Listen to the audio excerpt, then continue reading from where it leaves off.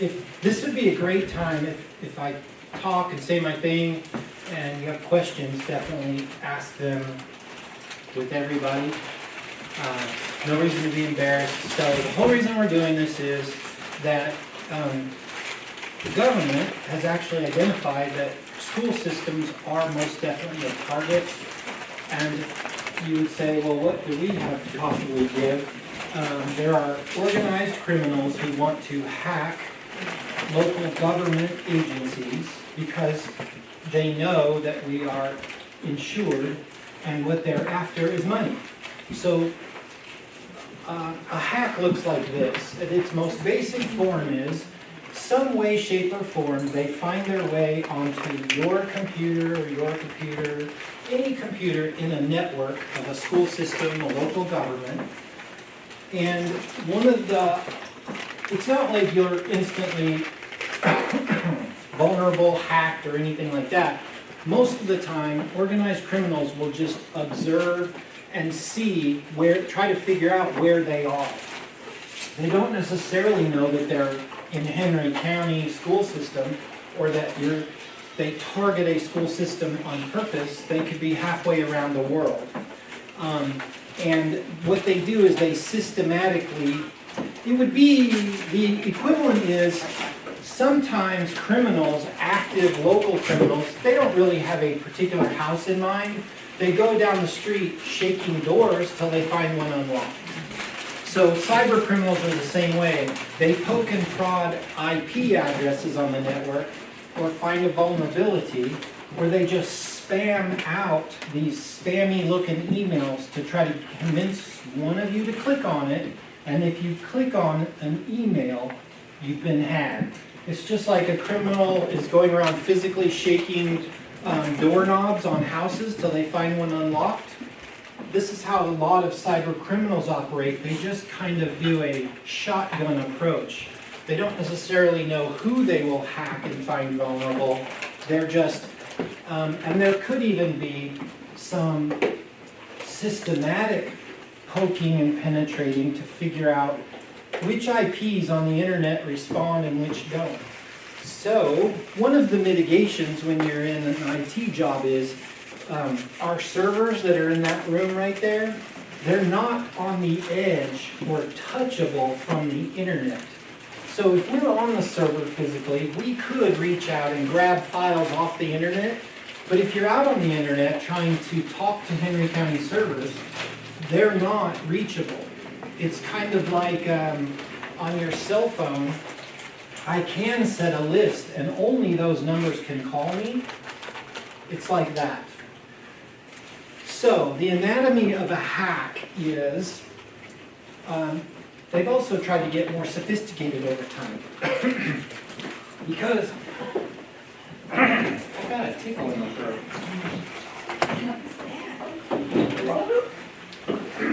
What they're finding in government agencies is organized criminals are getting more organized. So we don't know this for a fact, but they could get sophisticated enough to say, I'm going to focus on Tennessee schools. Then it's well known there's lots of databases that tell them all the public schools or districts in Tennessee. Then if you do a little even more homework, they can easily find who's the finance director, because we're so smart, we put everything on the internet and now it's all accessible. So it wouldn't take someone, particularly if the more Western cultured they are, the more they would look at a district website and be able to figure out pretty quickly who was our chief accountant person.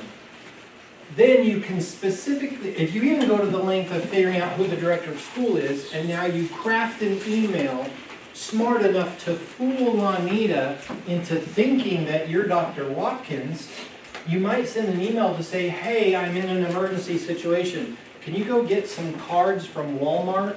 Some cash cards? Steam cards. Visa cards? What? Steam cards, because that cards. actually happened. Believe it or not, people have attempted to hack government folks or even average Joe citizens saying, I need Steam cards and I need them now. And Steam is just an online gaming platform, Oh, if you didn't know. But Walmart sells these cards that are like debit cards for Steam, for Apple Pay cards. So,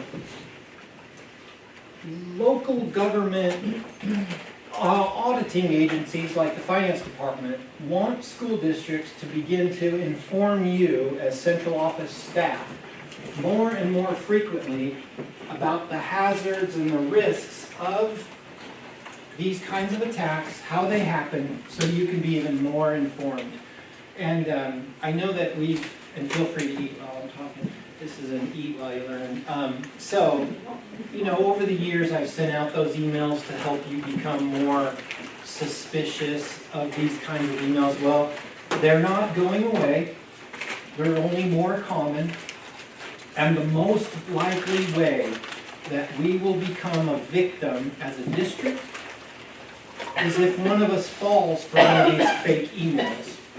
And the anatomy of these typical emails looks like they'll try to fake that there's some leader in our organization, like a director, maybe even me or somebody. They're posing as someone else in the organization to someone in the organization with access to a checkbook to try to convince them to go to Walmart or somewhere and buy gift cards of some kind or debit cards, or even mail them a check.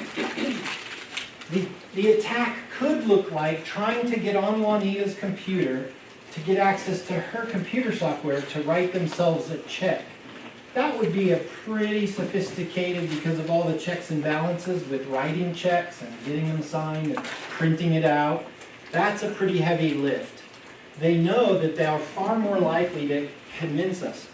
So besides email, the other thing, as anybody who talks on the phone or gets calls from the public, the other way this can look like is you get a call, and the call, well, number one, it will almost always probably be someone with an accent.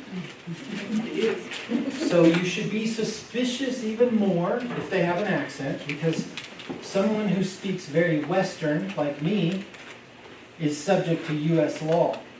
When the calls are coming from outside the United States, which it's so easy and cheap now to call long distance. Back when I was a kid, these kinds of things weren't prevalent because, number one, it costs so much money to call long distance and internationally now. But with cell phones and internet, you can make calls internationally for nothing. And also, if you're going to try to rob people of money, it's nothing to rob somebody's phone account, so they're calling for free, basically. So it's also an attack not just by email, but socially over the phone. So for those of you, especially in accounting and finance or HR and payroll, trying to get Social Security or data, luckily we have such a small HR department. You know, those two ladies are gatekeepers. Any kind of call that you get.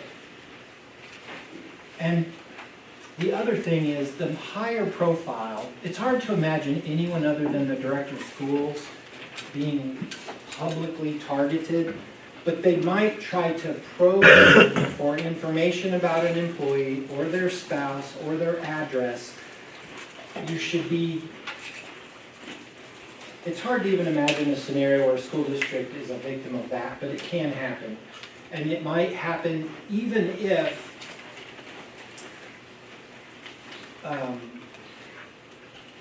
somebody just disagrees with me. Let's say I had some kind of profile online, some kind of YouTube personality, and I was against, let's just say I was against Bitcoin, and I was crapping all over Bitcoin on my YouTube channel about anybody who buys Bitcoin is a fool.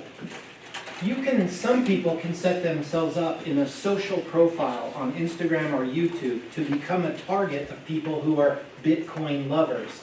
Meaning, I'm invested in Bitcoin, and I don't need people like Denton having a profile on YouTube saying how stupid someone would be to buy Bitcoin. So someone could try to go after me personally, get enough information about me and my wife to ruin my credit score. This is the thing. So, all of that to say, not only be super suspicious of emails, and it's again why I say, and I'll say again and again about, don't click on links in emails. Because one thing about a link in an email, it's, you know the old saying, you can't judge a book by its cover? The person who sends you the email, whether you know it or not, they can fully control what the link looks like to you, because what it looks like to you in the email is not where you go. What controls where you go is the link behind the link, the unseen part. Because in the part of a web page and an email, when you click on it, unbeknownst to you, kind of under the cover, so to speak, is where there's two things about a link. What it looks like to you, the presentation of the link, and where it actually goes. And they are not always in agreement. And I'll give you a perfect example of that. This summer, when the IT department changed internet filters, and a lot of you had problems even going to things that the state was emailing you about, and the state was saying, click here to go to this. And you're like, it's being filtered. Well, what we discovered, what was obvious to us was that the link you clicked on wasn't taking you to the state thing, it's taking you to a third-party website to track your click. And the filter was like, hey, you're not what you say you are. You're a third-party click tracker. Where our web filter was doing those third-party click trackers. So that, I said all of that to say, that's a perfect example how what you think you're clicking on in even an email from the state or a newsletter isn't where you go. Because what happens is, when someone sends you a newsletter, they also want to know if you clicked on it. Is my newsletter effective? So one of the ways to know if your newsletter is effective or which links people are clicking on or interested in, you put a tracker in place, and then you're able to track all these clicks that did or did not happen. You see what I mean? So bad guys, criminals, use the same technology that we can use for good, and they use it for bad. And again, the whole thing here is to fool you, to think it's legitimate business, or to take advantage of you. Now, most of what I've been describing is how to protect the school district from harm. The same exact thing is what happens to you personally in your personal email box to try to hack your identity or to steal your credit card, your information, your PayPal account. So, for as good as the internet has been for all of us personally to shop and have access to different things online, it also, each new iteration and each new invention of technology provides yet another opportunity for organized criminals to get into your pocket.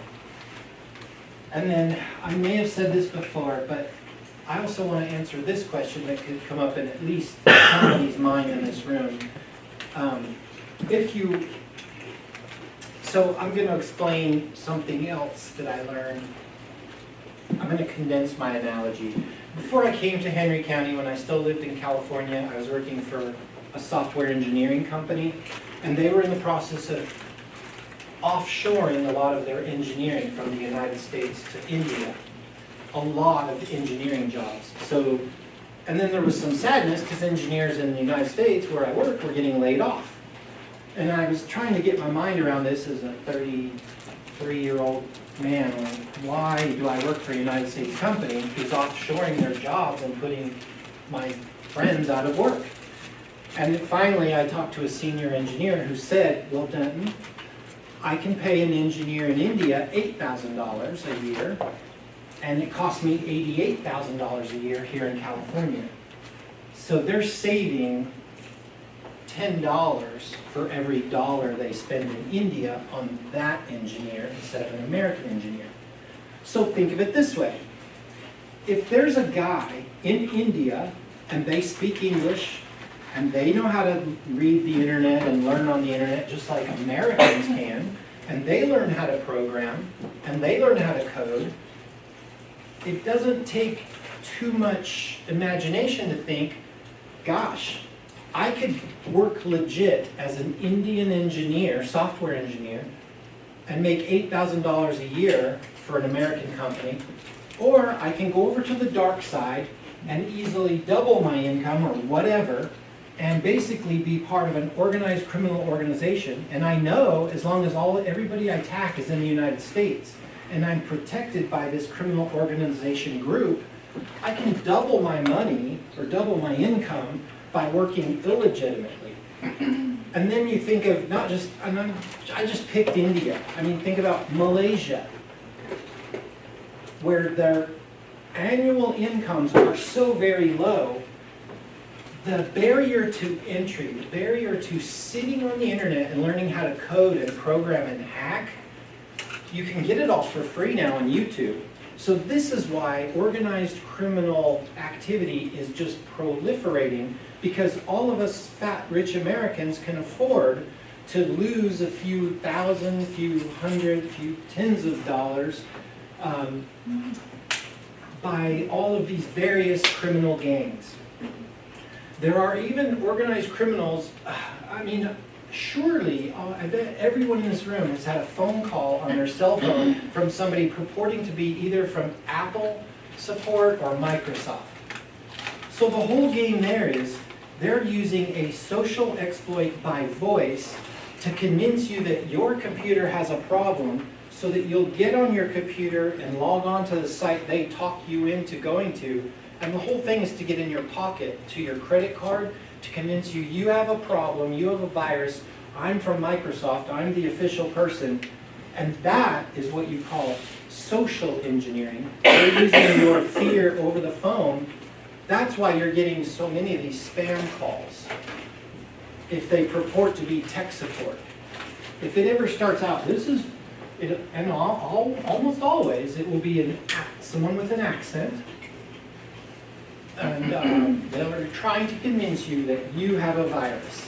So for sure, in the district, never, the beauty of us being so small is, it's not me or Jeff or Blaine or Andrew, it's not real. No one, right, is going to contact you in Henry County that if it's not the four of us, it's BS.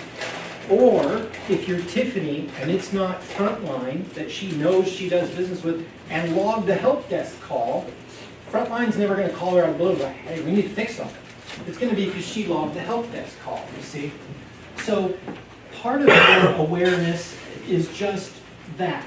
Me bringing your attention to it, you being very suspicious, and so many of you, and teachers too, email me all the time. Is this legit or not? And the beauty is, a lot of times it's legit. It comes from the state, out of the blue. They're not expecting it, and I'm like, yes, it's legit. It's like online testing or something they weren't aware or weren't expecting. Or no, that was junk. Please tell me you didn't click on it. Nope, I emailed you first. So part of this video, I'm going to take a break and show you this 3-minute video that the state wants us to see. Look at that, think about what I've said, let me know if you have any questions at the end. I thought I was ready. There I am.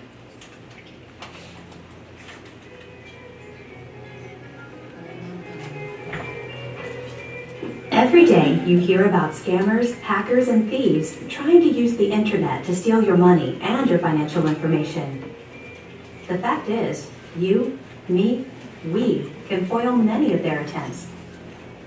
Every day we do things to make it tough for bad guys to break into our homes and our cars. We can make it tougher for them to break into our computers too.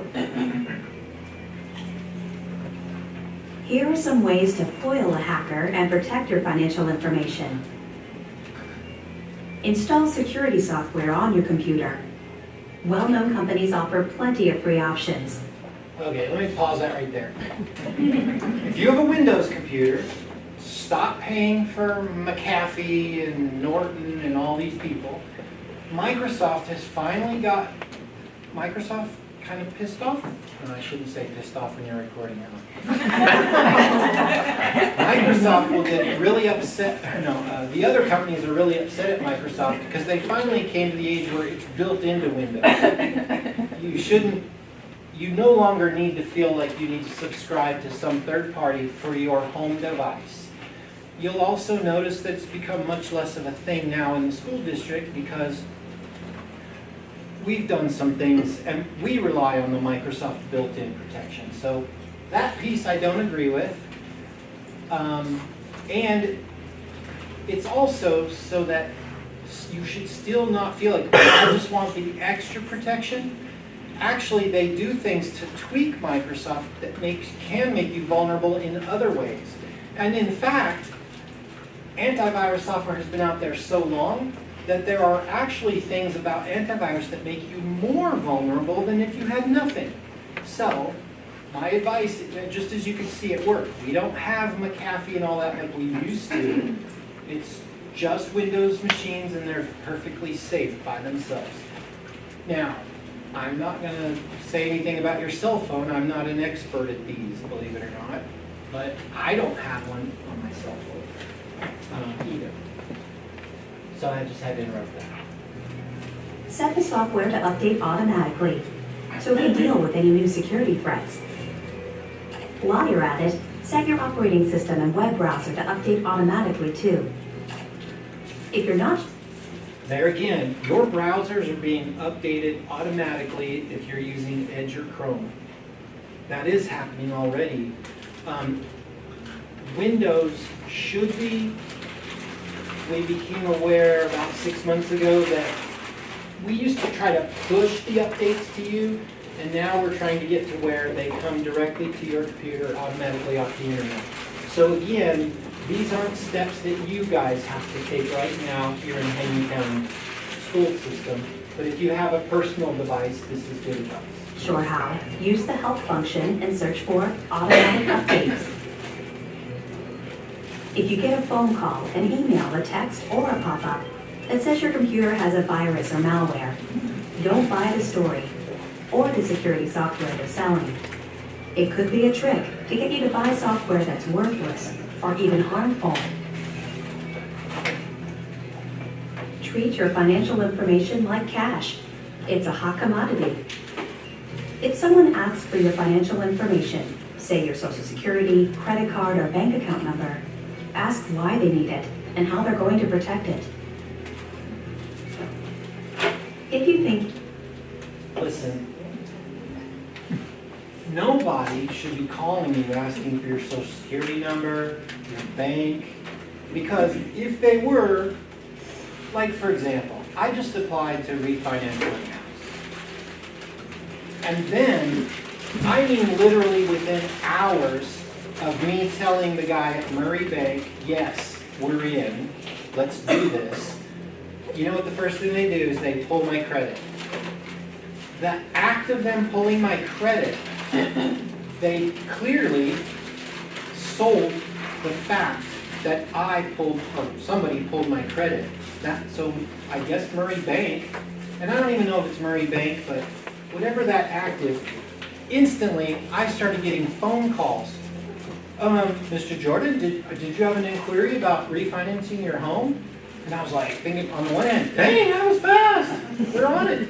No, you know what it was? Third parties who I'm not even doing business with through Murray Bank. I thought, well, maybe my buddy over at Murray Bank told them to call me. And I'm like, so anyway, I assumed it was junk, and it was. It was another company trying to jump in front of who I was legitimately doing business with. They're fishing, and I guess it's a legitimate company, legitimately fishing for business, but this is how fast information flows now. Literally within an hour to two of me saying on the phone to my buddy at Murray Bank, yeah, pull my credit, we're going to do this. I started getting calls, and my wife, both of us. Well, how in the world is that public record? I guess from buying the home initially, all of that, or maybe because of the credit pull. So these other finance companies have access to the fact that I just pulled the credit, or had a hard pull. So I called my bank guy, and I'm after like the fourth call, and I'm like, what's going on, dude? And he's like, oh yeah, that's a thing now. When we do a hard pull of your credit, it signals other lenders that you're in the market for a home loan. So get ready. That was a new one on me. So this isn't even organized crime. This is like legit banks trying to compete. So by no means should someone ever call you out of the blue and solicit your information. And then even if you are, like my example with my home loan, still smell a rat. Like if I'm dealing with Murray Bank, why am I going to get a call and them asking me, but I've already physically engaged with someone on the phone? You know, so I mean, have a good, healthy dose of skepticism even when you are engaged in refinancing your house or buying a new car. You found a good deal online, but you aren't familiar with the company. Dig a little deeper. A quick internet search with the name of the company and the word review or complaint can reveal a lot. Always look for a physical address and phone number too. That way you know who to contact if there's a problem. Don't provide your personal or financial information unless the website you're on is secure. If the URL doesn't start with HTTPS, don't enter your financial information. That S stands for secure. It means the information you're sending is encrypted and protected. Make your passwords count. They should be at least 10 characters, and a mix of numbers, letters, and special characters. Don't use your name, birth date, or common words. Don't use the same password for several accounts, as tempting as that may be. If it's stolen, hackers can use it to access your other accounts. Keep your passwords in a secure place, and don't share them with anyone. Back up your computer files. For example, copy important files to an external hard drive on a regular basis. That way, there's a... Okay. The reason they're telling you this piece of advice, copy your important files. Let's say we've gotten to a point now, most all of us have all of our important pictures digital, maybe on our laptop. If you don't make a backup copy somewhere, and then you were to, let's say one day you click on one of these bad emails. It may do nothing for a while, but what happens when you get ransomware, even in a corporation like this, the whole goal of theirs is to load software on a server, and that software at some point is triggered to start encrypting files. And encrypting means this. I take your file, I add some code to it to spin it in this. Let me give you an example. Let's say I had some batter in a bowl already mixed up. And then I added a secret recipe where I added some vanilla to make it even better. But I don't tell you it was vanilla. You taste my cookies and you're like, those are the best cookies ever. But by adding the vanilla, I've kind of changed it a little bit, and it wasn't the original batter. This is how they encrypt your files. They tell it, change this little bit of code, and it changes so the computer cannot recognize the original format. Now, after they do this process, add the vanilla to all your files, presumably all your important ones as well as stuff that maybe wasn't important. Then they send you an email or a text. They send you some notification some way. They have to leave enough of the doorway open to send their ransomware request to now tell you what you must pay to get your stuff back. And in a lot of cases, if you pay the fee, you do get it back, but there's no guarantee. You're now relying that if you did pay the ransom, that they're going to give you the secret recipe, the vanilla, to get your files back. To recreate the recipe, right? To undo the recipe, as if that's a thing. That's where the analogy breaks down. But so they've also found that when it's an organization like Henry County Schools, we have insurance. We're very likely to pay $1 million or more through, not that we would, but maybe our insurance coverage would, to put us whole again. So really what they're after is the payday. By backing up to an external drive like this, here's the presumption.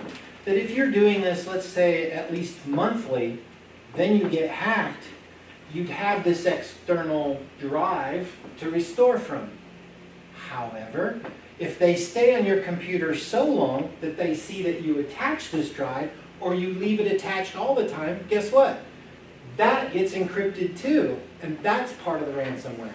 So in a way, no one's ever probably told you this, but you think you're doing a great thing by having this external storage attached.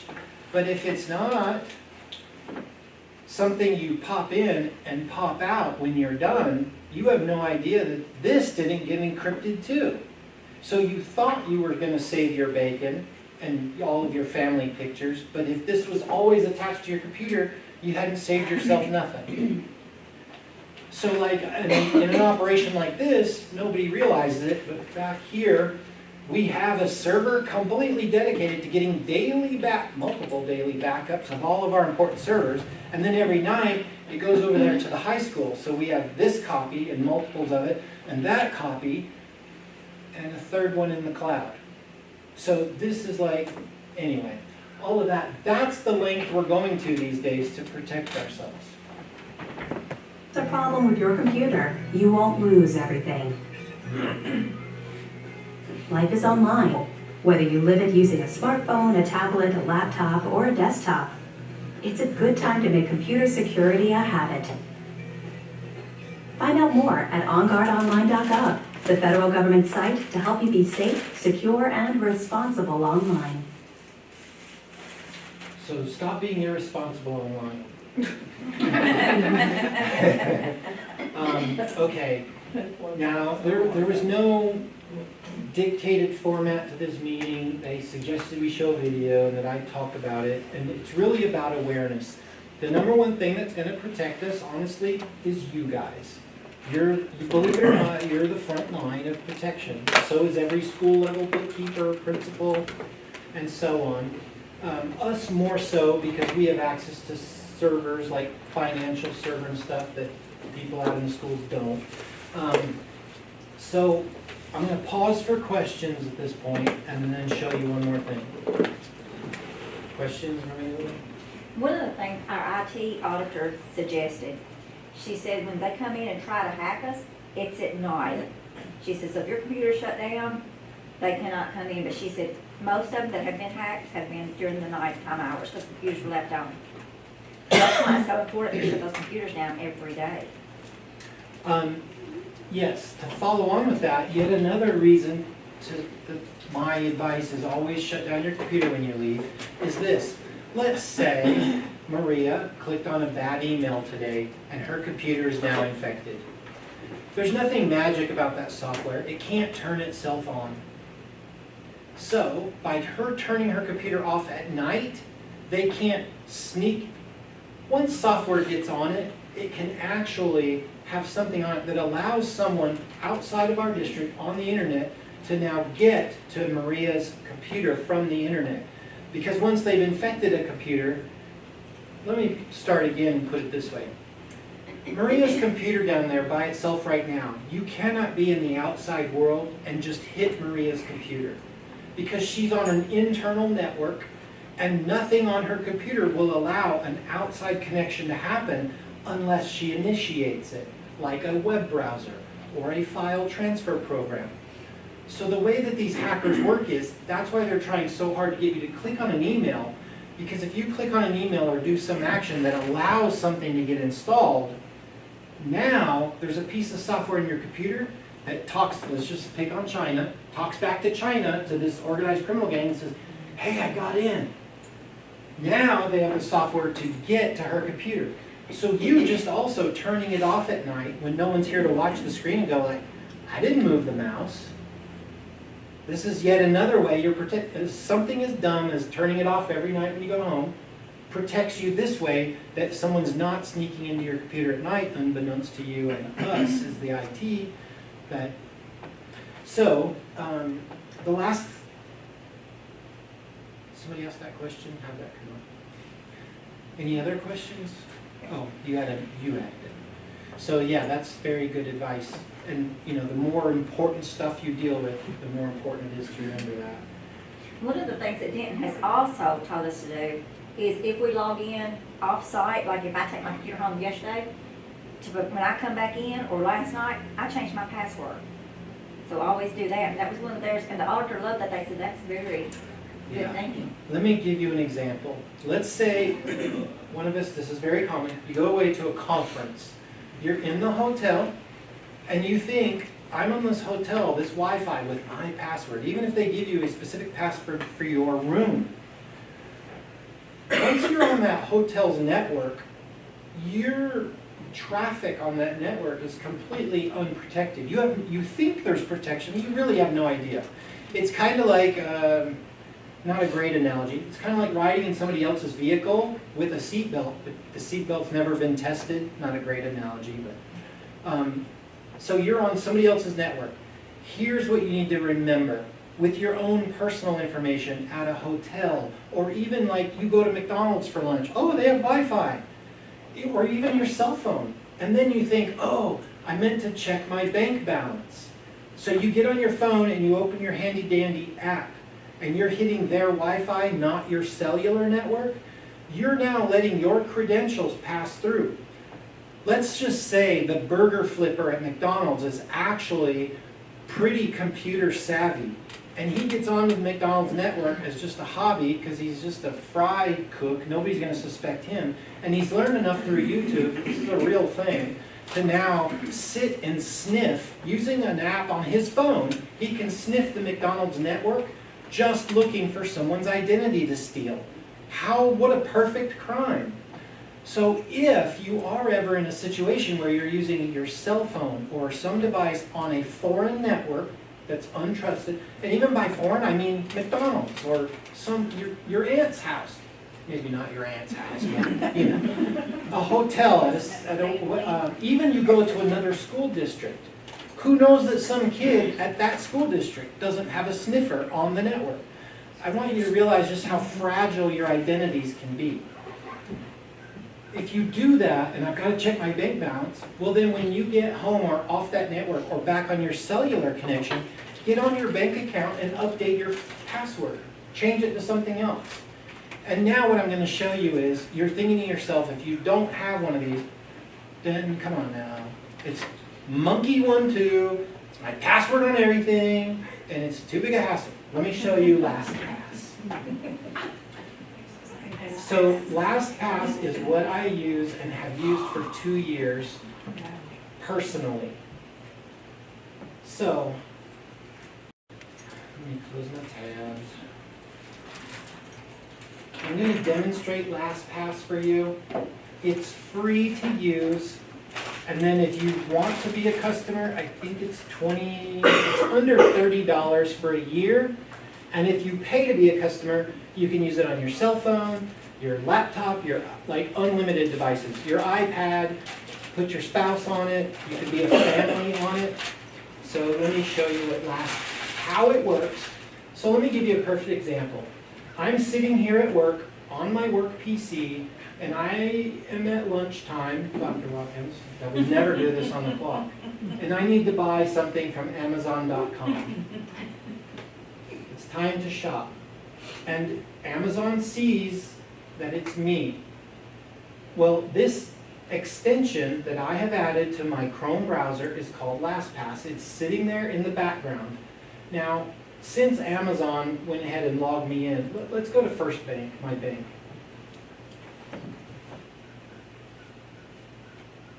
What I want to show you is how LastPass helps me.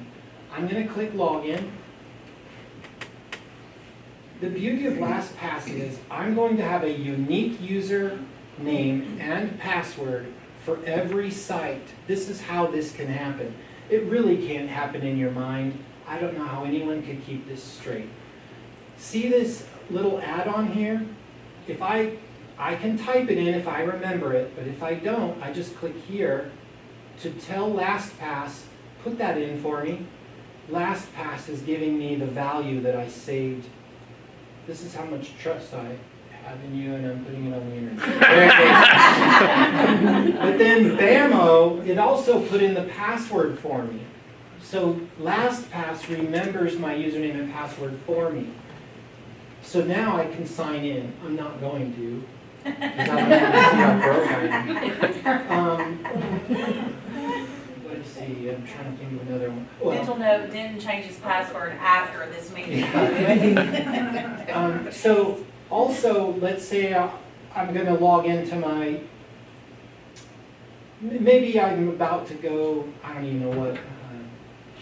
So when I log into LastPass and I'm going to scroll, these are all of my identities across all of these different things. Or like we all want to log into Tiffany's database because we got to sign our new contract or get health information. Well, hell, I don't remember how to get into Skyward. Well, you don't have to, because actually if I go up here and I just type Sky, if you can type right. Emailing you. So, well, You don't even know oh, what it's to say. IS. Well, here's another example. It's actually IS Corp is the website, not Skyward. So I typed in Sky and noticed it didn't come up. So then I was like, oh yeah, it's IS Corp. Well, here it is right here. And then I'll just click on this so you can see what is LastPass holding on. It remembers the URL. It remembers, I can give it a generic name. It remembers my username. And right here hidden is my password. If I click on the eyeball, it'll show you all my password. But it's showing me that's where it is. So here's what's neat that LastPass will also do. If I click on launch, it goes to the website and pops in my username and password for me. So everything that you save, and then if I were to go to, one of you ladies give me a site you would shop on. I want a site I've never shopped at before. Walmart.com. No, I got Talbot. Talbot. I've never Victoria's shopped Secret.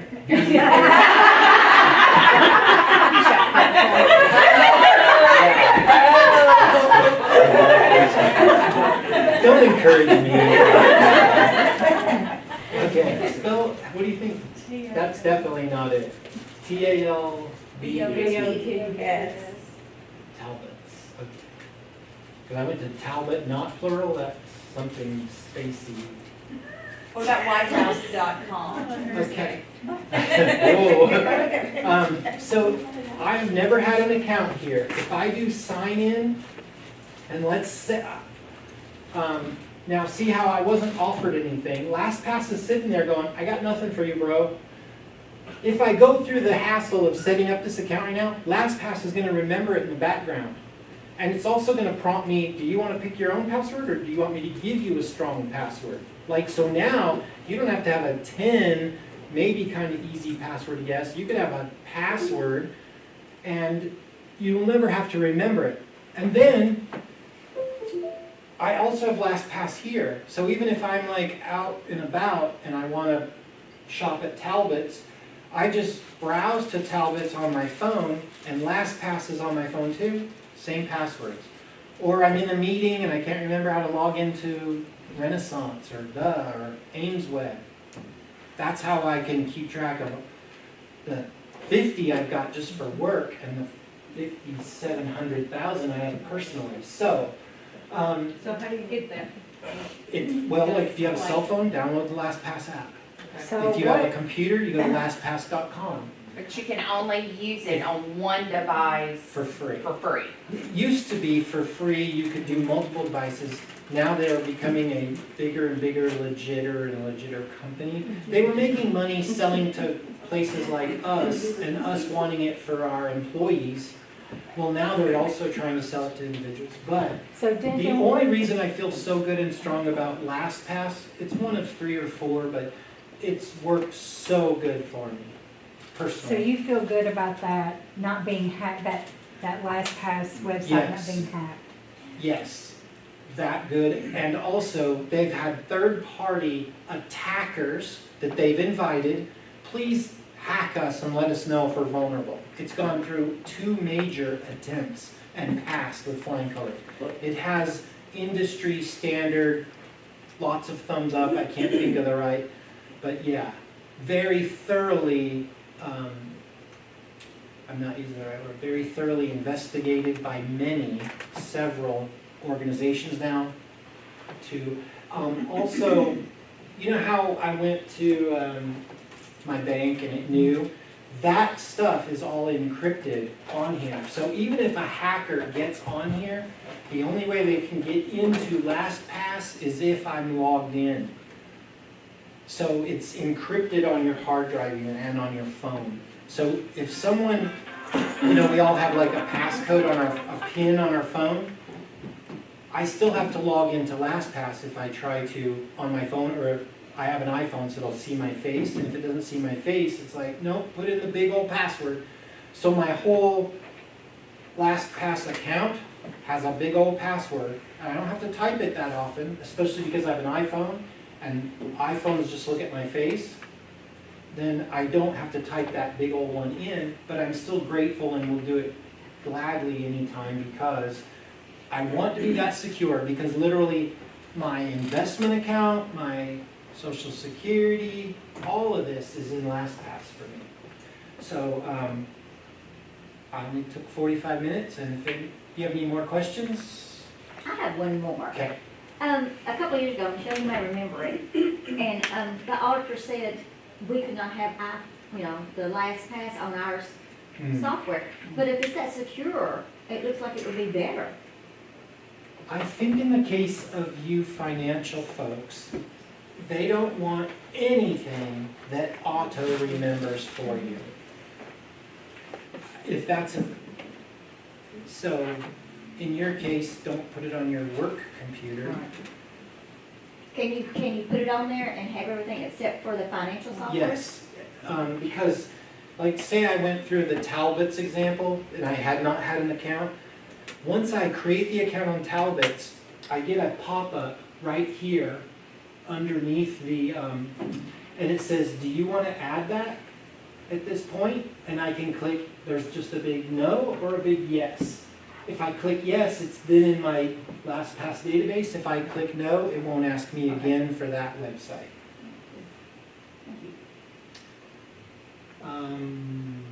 Any other questions? Okay. How often will we have to do this? Once a year? Probably once a year. Okay.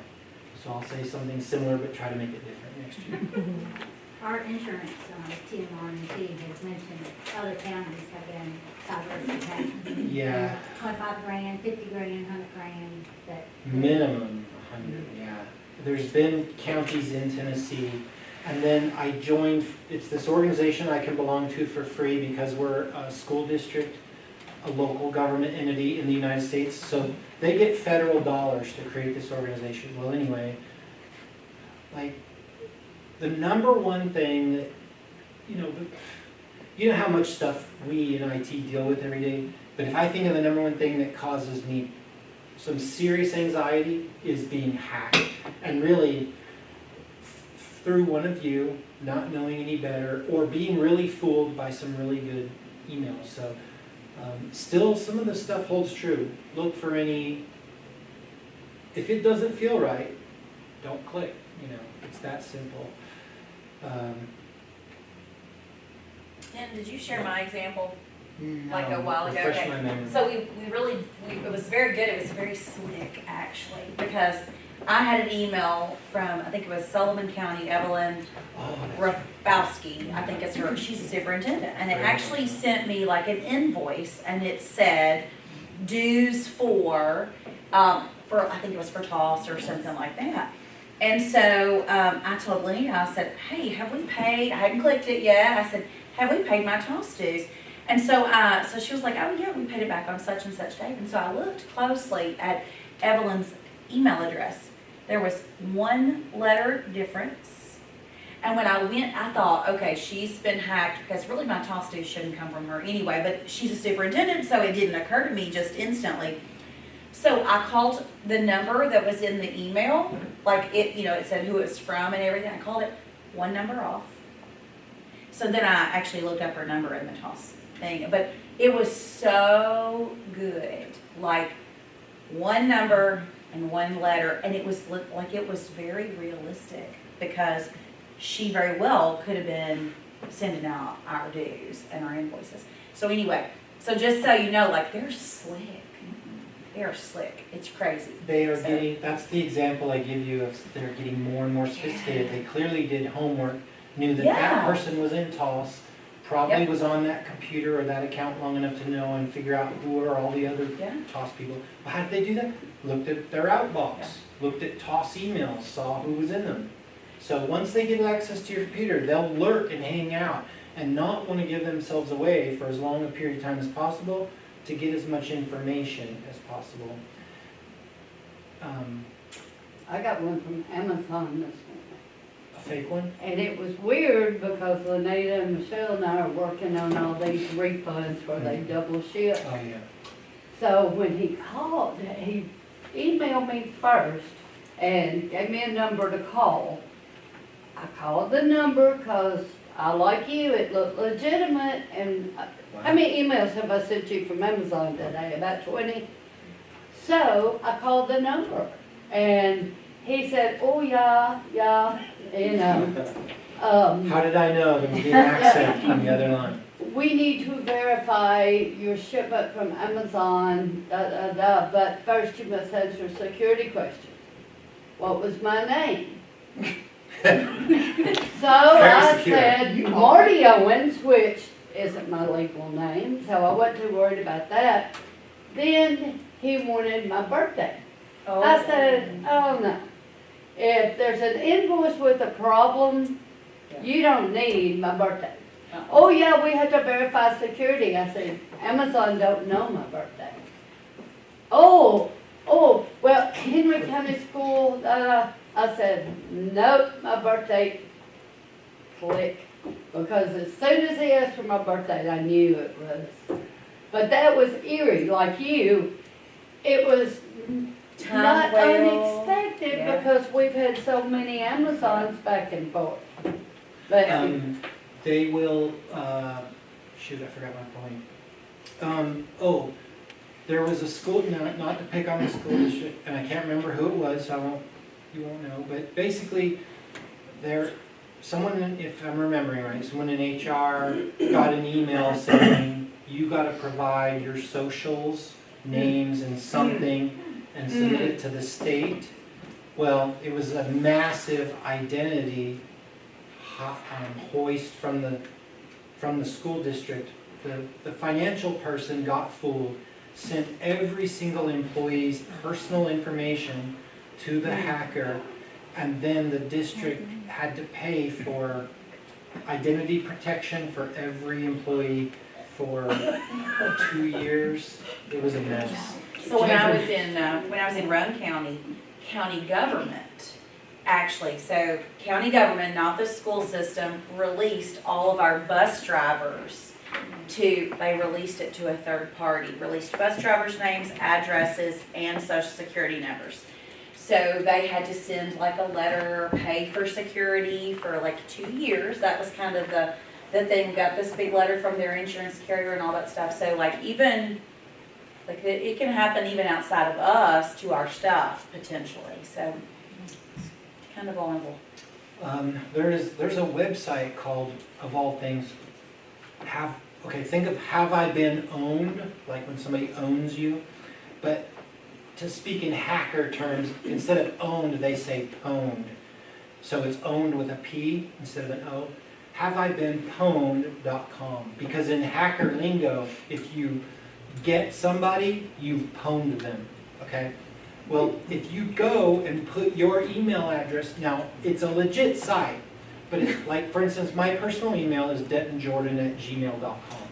If I go to Have I Been Pwned and put that in, it will tell me if I've been the victim. Like let's say I had an account at yahoo.com and yahoo.com got hacked and my personal email or information was part of that hack, it sends me a notification. Hey Denton, just so you know, Yahoo got hacked and your stuff's on the dark web now from that account. Well, so my previous one from Yahoo did get that hacked, so I still get notifications from time to time from Have I Been Pwned about my old personal email address.